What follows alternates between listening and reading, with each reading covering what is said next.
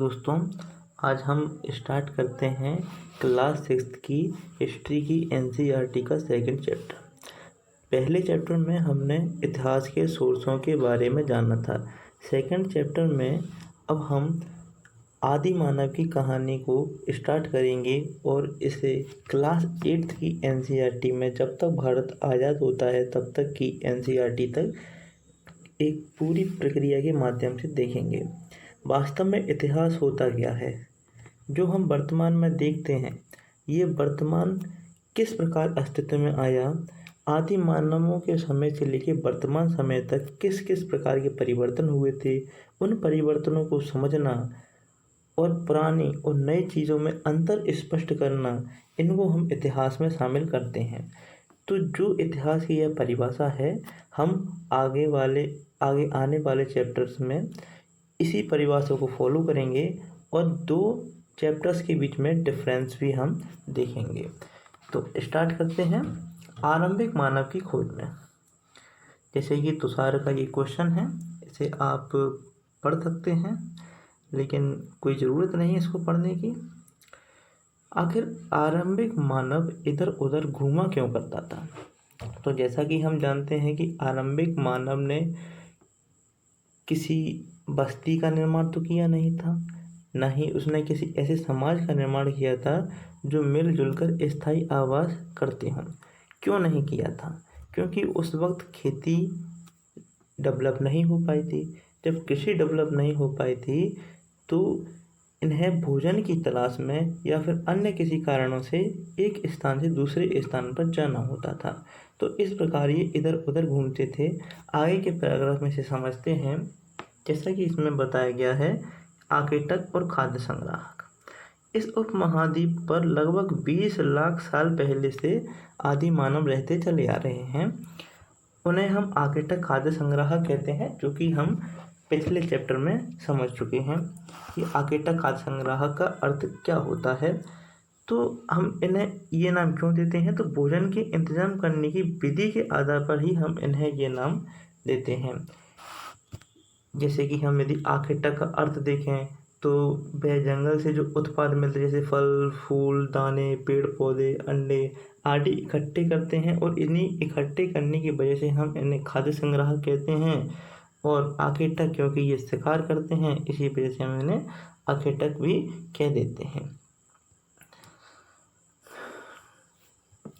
हालांकि इस पैराग्राफ में हमें बताया गया है कि शिकार करना इतना आसान नहीं होता था। क्यों? क्योंकि जानवर हमसे तेज भी हो सकता था। ठीक है, वह यदि हमसे ज़्यादा अलर्ट है तो वह हमारी आहट को समझ सकता था और भाग सकता था। इस प्रकार यदि हमें शिकार करना है तो हमें काफ़ी तेज होना पड़ता था, जागरूक होना पड़ता था, सतर्क होना पड़ता था। जैसे कि हमें वर्तमान में अपनी पढ़ाई के लिए सतर्क, जागरूक और तेज होना है, तभी हम जीत पाएंगे। वैसे ही इन आदि मानवों के साथ होता था। इस पैराग्राफ में हमें समझाया गया है कि आखिर वे एक जगह से दूसरी जगह पर जाया क्यों करते थे। इसके कम से कम हमें 4 कारण दिए गए हैं। तो उनमें से उन्हें हम समझते हैं।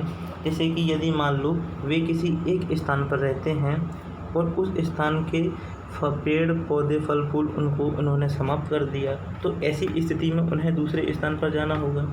दूसरा कारण हम समझ सकते हैं, जैसे कि मौसम के हिसाब से, जैसे कभी बरसात ऋतु आती है तो हिरण दूसरे स्थान पर चले जाएंगे, सूखा आएगा तो पानी की तलाश में हिरण या दूसरे स्थान पर चले जाएंगे। तो हम इन्हीं जानवरों का शिकार करते थे, तो इन्हीं के पीछे पीछे हम भी दूसरे स्थान पर चले जाया करते थे। तो ये दूसरा कारण हो सकता है। इसके अलावा हम तीसरा कारण देख सकते हैं कि जैसे कि अलग अलग मौसम के हिसाब से अलग अलग वनस्पतियाँ अलग अलग फल फूल पैदा करते हैं। तो इस हिसाब से भी हमने यदि ये समझ लिया है कि कौन सा पेड़ जो है किस मौसम में फल देता है, उसी के अकॉर्डिंग हम एक स्थान से दूसरे स्थान पर यात्रा कर सकते थे। और चौथा कारण जो सबसे ज़्यादा मेन कारण माना जाता है, वो है पानी के बिना जैसे कि कोई भी प्राणी नहीं रह सकता है। बिल्कुल सही बात है, वर्तमान में भी पानी की इतनी बड़ी समस्या है, इसी वजह से हम नई नई योजनाएं पानी के ऊपर लेकर आते हैं। ठीक है, तो जैसे पानी, झरना, नदियाँ, ये सब हाँ जीवित प्राणियों के लिए बहुत ज़रूरी है और इसी की वजह से पृथ्वी पर जीवन संभव हो पाया है। तो जब गर्मियाँ पड़ती थीं तो ऐसी स्थिति में जानवरों को एक स्थान से दूसरे स्थान पर जाना ही पड़ता था और हम भी उस वक्त मानव भी एक प्रकार का प्राणी ही था। तो सूखे के मौसम में पानी की तलाश में हमें भी इधर से उधर जाना पड़ता था। इसके अलावा इन्होंने एक नाते रिश्तेदारों का भी कारण बता दिया है, ये भी वजह हो सकती है। इसके अलावा एक वजह जो शायद मैं भी जानता हूँ वो इसमें नहीं है और शायद यह वर्तमान में अस्तित्व में है, वो है मौसम प्रवाह जिसको हम कहते हैं। हालांकि ऊपर इसका हम डिस्कशन कर चुके हैं, लेकिन यदि हम वर्तमान में उसका उदाहरण देखें तो जैसे हिमालय के पश्चिम हिमालय के क्षेत्र में, उत्तराखंड, हिमाचल प्रदेश के आसपास के क्षेत्र में गुज्जर और भूटिया प्रकार की जो जनजातियां रहती हैं, ये मौसम प्रवास करती हैं, जो कि सर्दियों के मौसम में तो घाटियों में आ जाती हैं और जैसे ही गर्मियों वाला मौसम आता है ये ऊंचाई की ओर चले जाते हैं अपने भेड़, बकरी, मवेशियों को लेकर। तो आरंभिक मानव के बारे में जानकारी कैसे मिलती है? ये अच्छा प्रश्न है कि अगर हमें आरंभिक मानव के बारे में जानकारी कैसे मिलती है। वास्तव में जब हम पाषाण काल का विभाजन करते हैं, पाषाण यानी पत्थर, इस काल के बारे में विभाजन करते हैं तो हम पाते हैं कि पुरापाषाण काल जो था उसमें हमें मानव के कंकाल नहीं मिलते हैं, उसकी हड्डियां नहीं मिलती हैं। तो आगे हमने कैसे अनुमान लगाया कि इस स्थान पर मानव रहा करता था, तो उसी के बारे में हम यहाँ पर इस पैराग्राफ में समझेंगे। तो ऐसा हम उनके निर्माण और उपयोग की जो वस्तुएं थीं वो हमें किसी स्थान पर मिल जाती हैं और उसके आधार पर हम ये अनुमान लगा सकते हैं कि आरंभिक मानव वहाँ पर निवास करता था। जैसे कि यदि वह किसी स्थान पर निवास करता था तो वहाँ पर वह अपने कुछ पत्थर वगैरह छोड़ जाएगा। जैसे वो औजार बनाता था पत्थर के, तो पत्थर के औजार में से कुछ अच्छे नहीं बन पाए तो उन्हें उस स्थान पर छोड़ जाता था। तो हम वर्तमान में उनको देखते हैं तो हमें लगता है कि ये किसी इंसान ने ही बनाए होंगे और ये अच्छे ना बनने के कारण वह इन्हें छोड़कर चला गया होगा। तो आगे हम प्राकृतिक और मानव निर्मित पत्थरों में क्या अंतर कर सकते हैं, तो ये अंतर कर सकते हैं। जैसे कि ये जो हैं ये प्राकृतिक गुटका हैं, ये प्राकृतिक पत्थर हैं, ये कुछ इस प्रकार हो सकते हैं। लेकिन पुरापाषाण काल में मानव ने कुछ इस प्रकार के पत्थर बनाए थे। ये प्राकृतिक रूप से नहीं मिलते हैं, ये मानव के द्वारा ही बनाए जा सकते हैं। समय के साथ इनमें थोड़ा परिवर्तन आया, ये थोड़े और छोटे हुए। ये निम्न पुरापाषाण काल में ये सबसे छोटे होगा, ये मध्य पुरापाषाण काल में मान सकते हैं, ठीक है।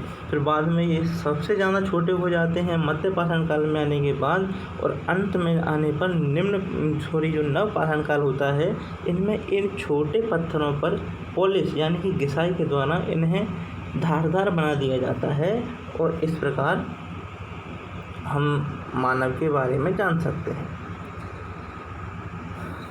जैसे कि अलग अलग इस पैराग्राफ में बताया गया है कि अलग अलग पत्थरों के अलग अलग कार्य होते थे और उसको इस चित्र में समझ सकते हैं। जैसे कि एक ये और एक ये, यदि हम इसको देखें तो ये गड्ढा खोदने के काम में आता था, वहीं इसको देखें तो ये धागा की तरह सिलने के काम में आता था।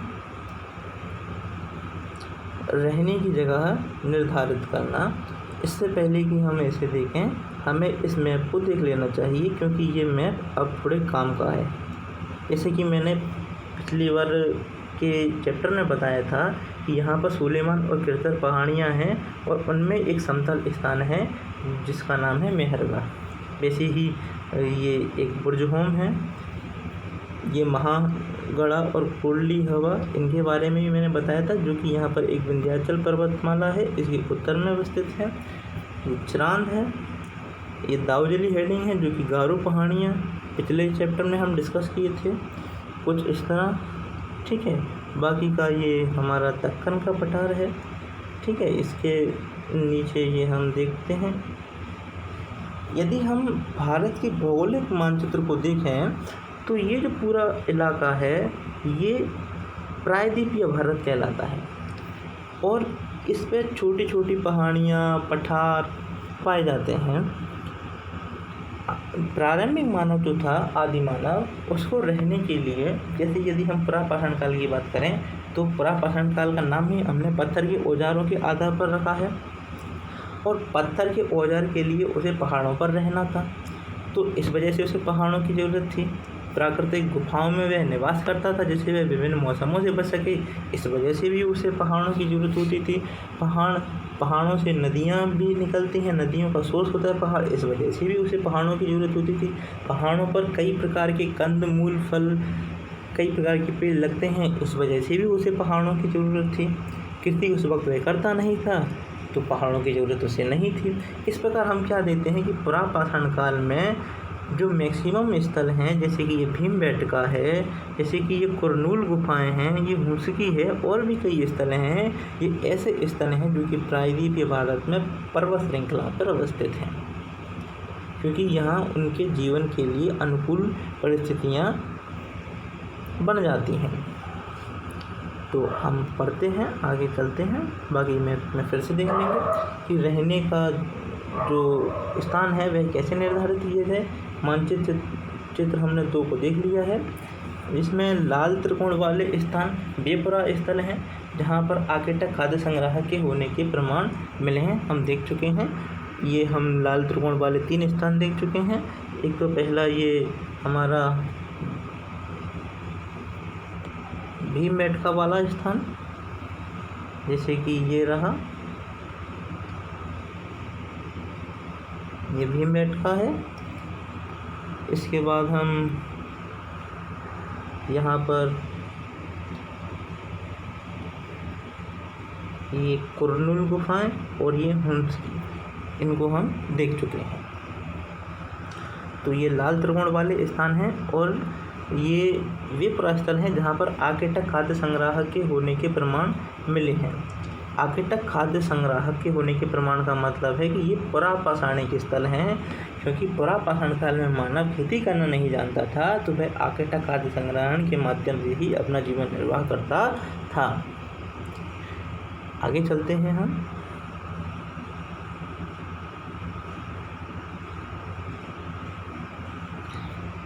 जैसे कि हमने अभी डिस्कस किया कि पत्थर के उपकरण बहुत महत्वपूर्ण थे, इसलिए वे ऐसी जगह ढूंढते थे जहां पत्थर मिल सकें। तो ऐसे स्थान जहां पर पत्थर के औजार बनाए जाते थे उन्हें हम कहते थे उद्योग स्थल। ठीक है, जैसे कि कुछ स्थान ऐसे भी होते थे जहाँ पर वह रहते थे, जैसे कि प्राकृतिक गुफाएं, तो उन्हें कहते थे आवासीय स्थल। तो वहीं कुछ स्थान ऐसे भी होते थे जहाँ पर उद्योग स्थल भी होते थे और वहाँ पर वह रहते भी थे, तो इन्हें कहते थे उद्योग आवासीय स्थल। ठीक है, जैसे कि हम ये एक भीमबेटका को देखते हैं। ये भीमबेटका काफ़ी महत्वपूर्ण है।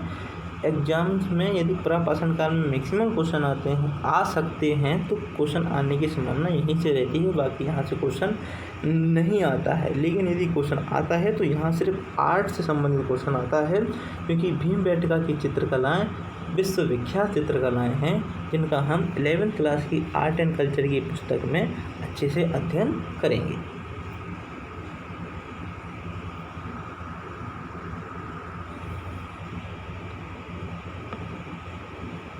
तो हमें इन उद्योग स्थलों के बारे में जानकारी कैसे मिलती है?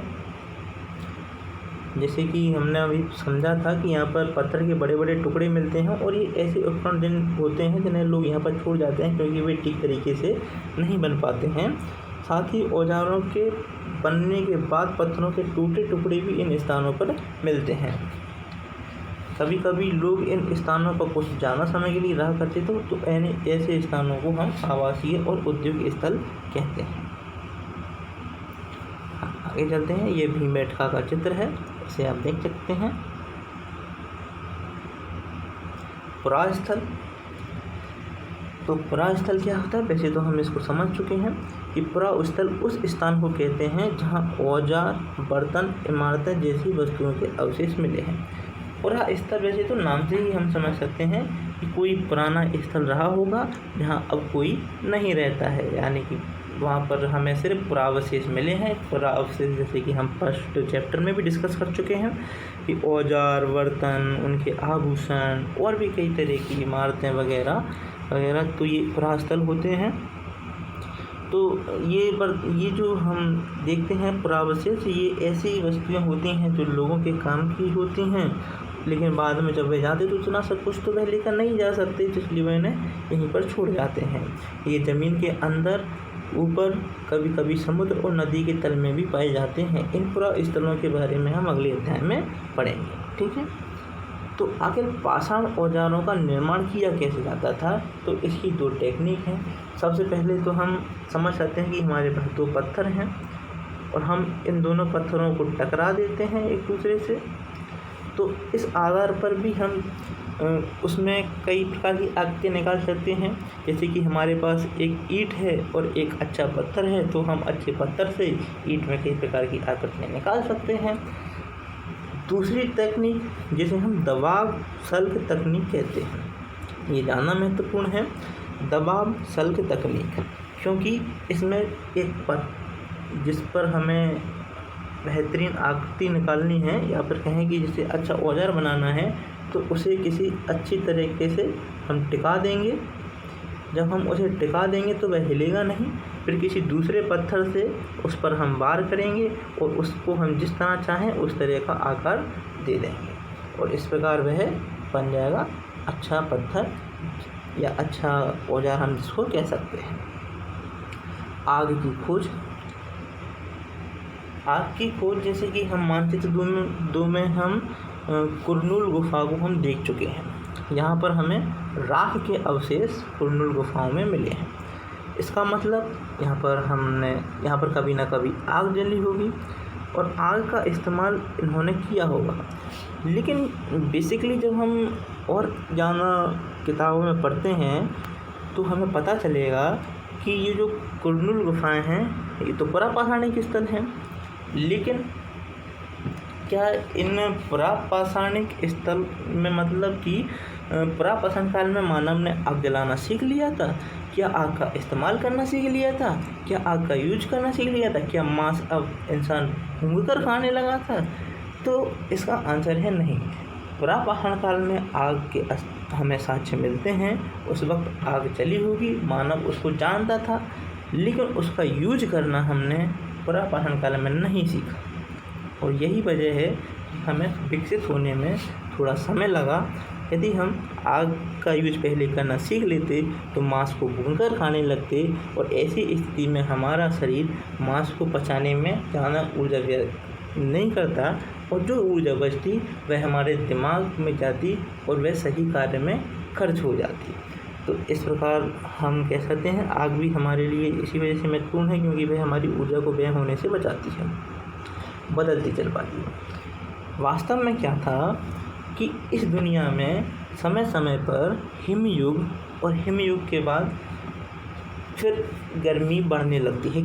इसकी एक ज्योग्राफी में बेहतरीन वजह बताई जाती है। यदि किसी ने थोड़ी बहुत ज्योग्राफी पढ़ी हो तो उसका पता होगा कि किसी स्थान पर पेड़ों के लिए ज़रूरी होता है टेम्परेचर और वर्षा, यानी कि रेनफॉल।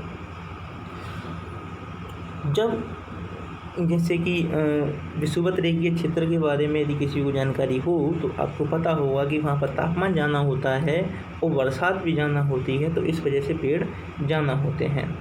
जब पेड़ ज़्यादा होते हैं तो वह ज़्यादा कार्बन डाइऑक्साइड लेते हैं। ज़्यादा कार्बन डाइऑक्साइड लेने से पृथ्वी की कार्बन डाइऑक्साइड ख़त्म हो जाती है और इस वजह से पृथ्वी का तापमान धीरे धीरे गिरने लगता है। तो जो 23.5 डिग्री नॉर्थ से 23.5 डिग्री साउथ के बीच का जो क्षेत्र है, इसको छोड़ के बाकी ऊपर का जितना भी क्षेत्र है वह पूरा क्षेत्र बर्फ़ में तब्दील हो जाता है। और जब उस क्षेत्र में बर्फ़ ही बर्फ़ होती है तो वहाँ कोई पेड़ नहीं होता है। ऐसी स्थिति में फिर कार्बन डाइऑक्साइड की मात्रा बढ़ती है।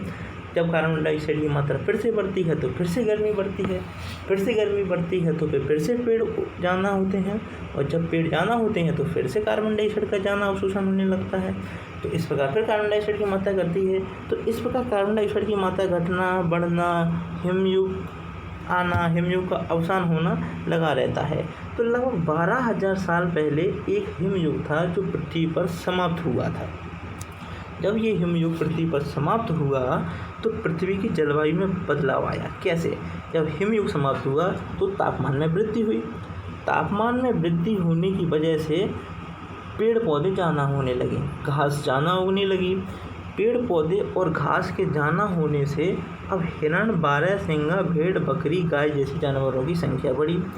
कई और पौधे जैसे कि हम गेहूं को देखें, जौ को देखें, ये प्राकृतिक रूप से यानी कि अपने आप उगना इनका प्रारंभ हो गया। तो मानव ने इनकी धीरे धीरे इनकी उगने की प्रक्रिया को समझा, इन जानवरों को देखा, तो इस तरह से इन जानवरों की संख्या में वृद्धि हुई।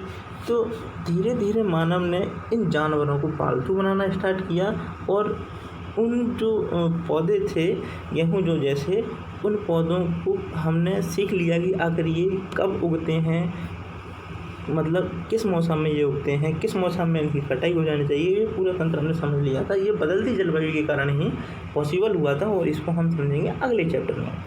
जो लोग इन जानवरों का शिकार करते थे वे इनके पीछे पीछे आए और खाने पीने की आदत, प्रजनन के समय के बारे में इनकी जानकारी हमने प्राप्त कर ली और फिर हमने इन जानवरों को पकड़ ली और अपनी ज़रूरत के बारे में सोचने लगे कि हम ये इनसे अपना कार्य निकाल लें।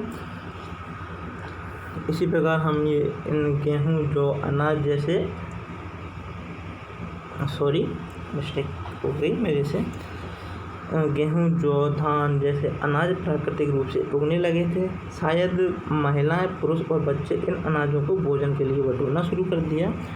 तो कुछ इस प्रकार हम अनाज और जानवरों के धीरे धीरे अपने इस्तेमाल के लिए यूज करना हम नवपाषाण काल के समय यानी कि लगभग 10,000 ईस्वी पूर्व या लगभग 12,000 साल पहले ये प्रक्रिया प्रारंभ होने लगती है, जिसकी वजह हिमयुग का अवसान है। तो नाम और तिथियाँ इनको समझते हैं हम कि आखिर हमने इनको ये प्रापाषाण नवपाषाण नाम क्यों दिए कि हम मतलब अभी हमने जितना भी डिस्कशन किया वह क्या था, हम प्रापाषाण काल के बारे में डिस्कस कर रहे थे। इसे हमने प्रापाषाण काल को प्राचीन और प्राचीन मतलब प्रा यानी कि प्राचीन और पाषाण यानी कि पत्थर, ये हमें पता होना चाहिए कि पुरा यानी कि प्राचीन और पाषाण यानी कि पत्थर, इसी आधार पर हम इसे पुरापाषाण काल कहते हैं। यह नाम हमने क्यों रखा, क्योंकि हम मेनली पत्थरों के औजारों का प्रयोग करते थे। तो पुरापाषाण काल लगभग 20 लाख साल पहले से 12,000 साल पहले के दौरान माना जाता है। इसे भी हमने 3 भागों में डिवाइड कर दिया है, एक आरंभिक, एक मध्य और एक उत्तर। उत्तर मतलब सबसे नया वाला। तो पुरापाषाण युग ये हमने 3 डिवाइड कर दिए हैं और मानव इतिहास की जो 99% कहानी है वह इसी दौरान घटित हुई थी। इसके बाद आता है मध्य पाषाण काल। यदि हम मध्य का मतलब समझें तो वह पुराने और नए के बीच में एक संक्रमण काल के दौर में होता है, जिसमें दोनों की ही विशेषताएं हमें छोटी छोटी सी दिखाई देने लगती हैं, कुछ नएपन के हमें साक्ष्य मिलने लगते हैं। तो इस आधार पर हम इसे मध्य पाषाण काल कहते हैं। मध्य पाषाण काल में जैसा कि हमने थोड़ी देर पहले समझा कि यहाँ पर पत्थर के छोटे छोटे उपकरण बनाए जाने लगे, इसे हम इंग्लिश में माइक्रोलिथ कहते हैं। इसी आधार पर हम इसे माइक्रोलिथ और लघु पाषाण काल के रूप में भी हम मध्य पाषाण काल को जानते हैं। और इन औजारों में हड्डियाँ, लकड़ी के मुट्ठे लगाए होते थे, इनसे हसिया, आरा जैसे औजार हमें मिल जाते हैं। ठीक है, इसके बाद हम नवपाषाण काल है, जिसके बारे में हम अगले चैप्टर में पढ़ेंगे, जो कि लगभग 10,000 साल पहले से प्रारंभ होता है। और जो हम नवपाषाण काल के कुछ स्थल हैं उनको मैप में देख लेंगे, जिससे कि हमें अगले चैप्टर में समस्या ना हो। जैसा कि अभी हमने देखा था, एक बार फिर से देखते हैं इस मैप को। एक तो मेहरगढ़ है, एक बुर्जहोम है, कोल्डी हवा और महागाड़ा, चिरांद, दाऊजली, हेडे। ठीक है, इसके बाद हम देखते हैं यहाँ पर हल्लूर, पय्यमपल्ली, तो ये नवपाषाण स्थल हैं। इसके साथ आदि चन्नलूर और ब्रह्मगिरी, इनको ध्यान रखना क्योंकि ये महापाषाणिक स्थल हैं और जब हम आगे के चैप्टर पढ़ेंगे तो उसमें ये महापाषाणिक स्थल हमें मिलेंगे। तो ब्रह्मगिरी और आदि चन्नलूर ये हमें ध्यान रखने हैं। तो इस आधार पर हम इस चैप्टर को समझा, हमने इन नाम वाले को भी क्लियर किया। इसके बाद हम देखते हैं शैल चित्रकला। शैल यानी कि होता है पत्थर की दीवार, जिसको हम कह सकते हैं शैल मतलब लगभग पत्थर, जिसको हम कह सकते हैं, और उस पर चित्र बना दिया तो इसको हम कह सकते हैं शैल चित्रकला। जैसा कि हमने बोला कि भीमबेटका से यदि क्वेश्चन आते हैं तो मेनली उसकी चित्रकला से संबंधित आते हैं। पाषाण काल में मेनली हम उनकी चित्रकला से संबंधित ही क्वेश्चन देखते हैं। इसको हम समझ चुके हैं, कोई ज़रूरत नहीं है। तो जिन गुफाओं में लोग रहते थे उनकी दीवारों पर भी हमें कुछ चित्र मिलते हैं। ये जो चित्र वाली प्रक्रिया है ये पुरापाषाण काल में हमें नहीं दिखती है, क्योंकि उस वक्त मानव आकेटक और खाद्य संग्राहक था, यानी कि भोजन बनाने में और औजार बनाने में ही वे अपना समय व्यतीत कर देता था। लेकिन जब हम मध्य पाषाण काल और नव पाषाण काल तक पहुँचते हैं तो यहाँ पर हम भोजन के लिए कृषि करने लगे थे। तो इस प्रकार हमारे पास कुछ समय आया तो हमारे सांस्कृतिक जीवन का विकास होता है और इस वजह से हम चित्रों को प्राप्त करते हैं इस काल में। जैसे कि हम मध्य प्रदेश और दक्षिणी उत्तर प्रदेश, हालांकि हम इनके एग्जाम्पल आगे चल के देखेंगे कौन क्या करता था। अब उस काल का जो साहित्य था वह तो लिखा नहीं गया इस काल में साहित्य, क्योंकि उस समय लेखन कला का हमने विकास नहीं किया था। उस सिर्फ हमारे पास चित्रात्मक लिपि थी कि चित्र बना दिया और इसी आधार पर हम समझ लेते थे। तो हमें नहीं पता कि मैंने कौन क्या कार्य करता था। हो सकता है कुछ कार्य सिर्फ महिला करती हूँ, हो सकता है कुछ कार्य सिर्फ पुरुष करते हों, हो सकता है कि दोनों ही उस कार्य को कर सकते हैं, लेकिन हमें इस बारे में ठीक जानकारी नहीं है। तो यही इसमें बताया गया है। भारत में शुतुरमुर्ग, तो आखिर ये शुतुरमुर्ग की बात क्या है। दरअसल शुतुरमुर्ग के बारे में आपने पढ़ा होगा कि ये बड़ा पक्षी होता है तो इसके अंडे भी बड़े होते होंगे, इसी वजह से इनके अंडों पर अंडे के जो छिलके होते हैं उन पर चित्रांकन कर दिया जाता था और इसके मनके भी बना लिए जाते थे। तो यही हमें जानना है। और इसके अवशेष हमें कहाँ से मिले हैं, तो महाराष्ट्र के पटने नामक पुरास्थल से हमें शुतुरमुर्ग के अंडों के अवशेष मिले हैं। ऊंचकी को हमने मानचित्र में देखा था, आप चाहें तो एक बार फिर से देख सकते हैं पुरापाषाण के इस ऊंचकी को।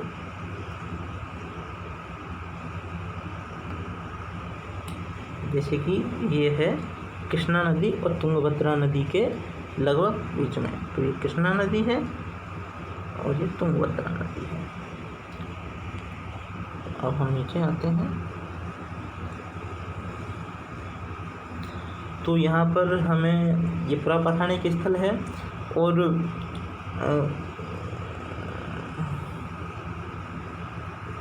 हाँ, यहाँ पर हमें कई प्रकार के औजार मिले हैं और ये जो स्थल है ये संभवतः आवास उद्योग स्थल रहा होगा, यानी कि यहाँ पर मानव भी रहता होगा और वह पत्थर के औजार भी बनाता होगा, ऐसा ये स्थल है। क्योंकि यहाँ पर हमें कई औजार मिले हैं, औजार नहीं मतलब उनके बनाए जाने के प्रमाण मिले हैं। जैसे कि हम समझते हैं कि एक तो छोटे छोटे टुकड़े मिले होंगे, यहाँ पे जो खराब बने उनको छोड़ दिया गया होगा, तो ये हमें यहाँ पर मिले हैं। और इसमें ये ध्यान रखना है कि अधिकांश जो औजार हैं वे चूना पत्थर के बनाए जाते थे। एक ये कम जानकारी के लायक है, लेकिन यदि हम पढ़ लेते हैं इसको,